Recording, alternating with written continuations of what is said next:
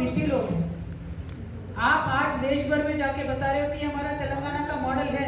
साहब ये तेलंगाना का मॉडल नहीं है, जो कांग्रेस आज बता रही है वो कांग्रेस की करप्शन की मॉडल है। हमें इससे कोई लेना देना नहीं है। तेलंगाना का मॉडल ये होता है कि आप कुछ वादा करते हो तो उस पर हम निकल के आते हैं, उस पर हम उतर के आते हैं, वादा पूरा करते हैं। और जो कांग्रेस पार्टी आज तेलंगाना में राज कर रही है, लगातार 2 साल उनसे गुमराह कर रही है। खैर इलेक्शन प्रोमिसेस की मैं बात ही नहीं करूँगी, सिर्फ आरक्षण की बात करूँगी। तो राहुल जी से मेरा ये डिमांड है, आप तुरंत गवर्नमेंट ऑर्डर पास कीजिए, कैबिनेट है, आप आरक्षण दे दीजिए, आपसे हो सकता है। लेकिन कांग्रेस के साथ साथ बीजेपी भी पूरा दोषी है, क्योंकि कांग्रेस जो वहाँ बिल पास करती है वो यहाँ महामहिम श्रीमती द्रौपदी मुर्मू जी के पास है। और जाहिर है कि जब भी कोई बिल प्रेसिडेंट ऑफ इंडिया के पास आती है तो वो तो सरकार के पास जाएगी, तो सरकार के पास गया होगा।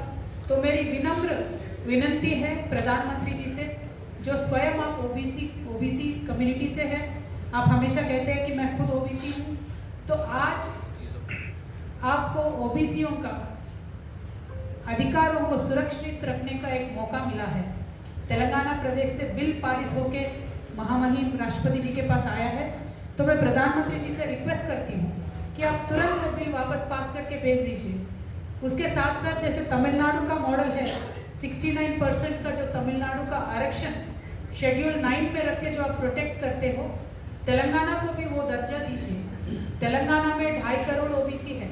आज वो 2.5 करोड़ ओबीसी प्रधानमंत्री जी की तरफ देख रहे हैं, राष्ट्रपति जी की तरफ देख रहे हैं, वो सोच रहे हैं कि ये हमारे अधिकार बचाएंगे। तो बीजेपी पिछले इलेक्शन में तेलंगाना में बीजेपी ने प्रॉमिस किया था कि तेलंगाना में ओबीसी सीएम बनाएंगे। सीएम तो दूर की बात है, आज आपके पास मौका है कि पंचायत में आप 42% आरक्षण दे सकते हो।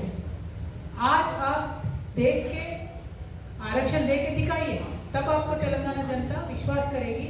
आगे चल के आप पता चलेगा कि आप कुछ तेलंगाना के बारे में, तेलंगाना के ओबीसी के बारे में सोच रहे हो। हम इतना दूर क्यों आए 1700 किलोमीटर पार करके? यही बताने आए, विनंती करने के लिए आए दोनों पार्टियों से, कांग्रेस और बीजेपी से, कि आप हमें अब जो प्रॉमिस किया था आरक्षण वो दे दीजिए। अगर आप नहीं दोगे, जैसा हमने कहा है, मैं तो तेलंगाना की बेटी हूँ, हम सारे वतन के लोग हैं, हम सारे लोग आंदोलन पर से आए हुए लोग हैं। 17 तारीख को इस महीने का हमने रेल रोकने का तय करके यहाँ पे आए, और हम आंदोलन बहुत जोरदार करते हैं। और हम आपसे वादा करते हैं बहुत बीजेपी और कांग्रेस पार्टी से कि रेल की पहिया वहाँ से बिल्कुल हिलेगी नहीं, और डेक्कन से गुजर के दिल्ली तक ट्रेन पहुँचेगी नहीं।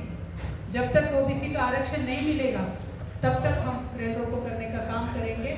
आपसे रिक्वेस्ट है, कॉन्स्टिट्यूशनल तरीके से आपके पास बिल आया है, आप लोगों का रिस्पेक्ट कीजिए, उनके भावनाओं का रिस्पेक्ट कीजिए और ये बिल पास कीजिए। सिर्फ इलेक्शन के टाइम पे वादा करके बाकी टाइम पे आप अगर लोगों के साथ खड़े नहीं होंगे तो लोग आपको विश्वास नहीं करेंगे। और ये दोनों पार्टियों के बारे में जब सोचते हैं बीजेपी कांग्रेस से, मुझे लगता है रीजनल पार्टी से ही इस देश में न्याय मिलता है। जैसे बीआरएस थी, तब हमने लोकल जो कल्चर है उसको बचा के रखा था, लोगों के अधिकार को बचा के रखा है, और जब भी मौका मिला लोगों को हमने डेवलप करने का कोशिश किया है। जैसे अलग प्रदेशों में भी हम देखते हैं, जैसे अखिलेश यादव जी है, उनके ज़माने में भी काम अच्छा हुआ, अभी भी उनको जनता ने बहुत साथ दे के बहुत सारे एमपीज़ को जिताया है, और नवीन पटनायक जीते, जयललिता मैडम भी अभी भी डीएमके है। तो रीजनल पार्टी से ही शायद लोगों को बेनिफिट मिलेगा। अगर ये दोनों नेशनल पार्टीज को तेलंगाना में या किसी भी प्रदेश में आगे चल के जीतना है इलेक्शंस में, या लोगों का विश्वास जुटाना है, तो मैं वापस एक और बार रिक्वेस्ट करती हूँ कि ये जो आरक्षण बिल का प्रपोजल है, ये महामहिम श्रीमती द्रौपदी मुर्मू जी के पास है। उनसे भी मैं रिक्वेस्ट करती हूँ, एक महिला होने के नाते आपके ऊपर बहुत भरोसा है लोगों को, महिलाओं को, ओबीसी महिलाओं को उनका हक मिलना चाहिए। पूरे यूनाइटेड आंध्र प्रदेश में मैडम आज तक एक भी ओबीसी एमएलए महिला नहीं आई है, और आने का ज़रूरत है। 2-3 लोग आए थे, अभी एक तो मंत्री है, लेकिन और ज़्यादा लोग आना बहुत इंपॉर्टेंट है मैडम। तो ओबीसी बिल आप पास कर दीजिए, आप अपने गवर्नमेंट से रिक्वेस्ट कीजिए। ఇవాళ ఇక్కడ ఉన్నటువంటి తెలుగు మిత్రులందరికీ కూడా ధన్యవాదాలు తెలియజేస్తా ఉన్నాను। మీ అందరినీ నేను రిక్వెస్ట్ చేస్తూ ఉన్నాను, గత 18 నెలలుగా అనేక రూపాలుగా ఏదైతే 42% రిజర్వేషన్ బీసీలకు ఇస్తామని కాంగ్రెస్ పార్టీ చెప్పిందో అది అమలయ్యే విధంగా అనేక పోరాటాలు చేయడం జరిగింది.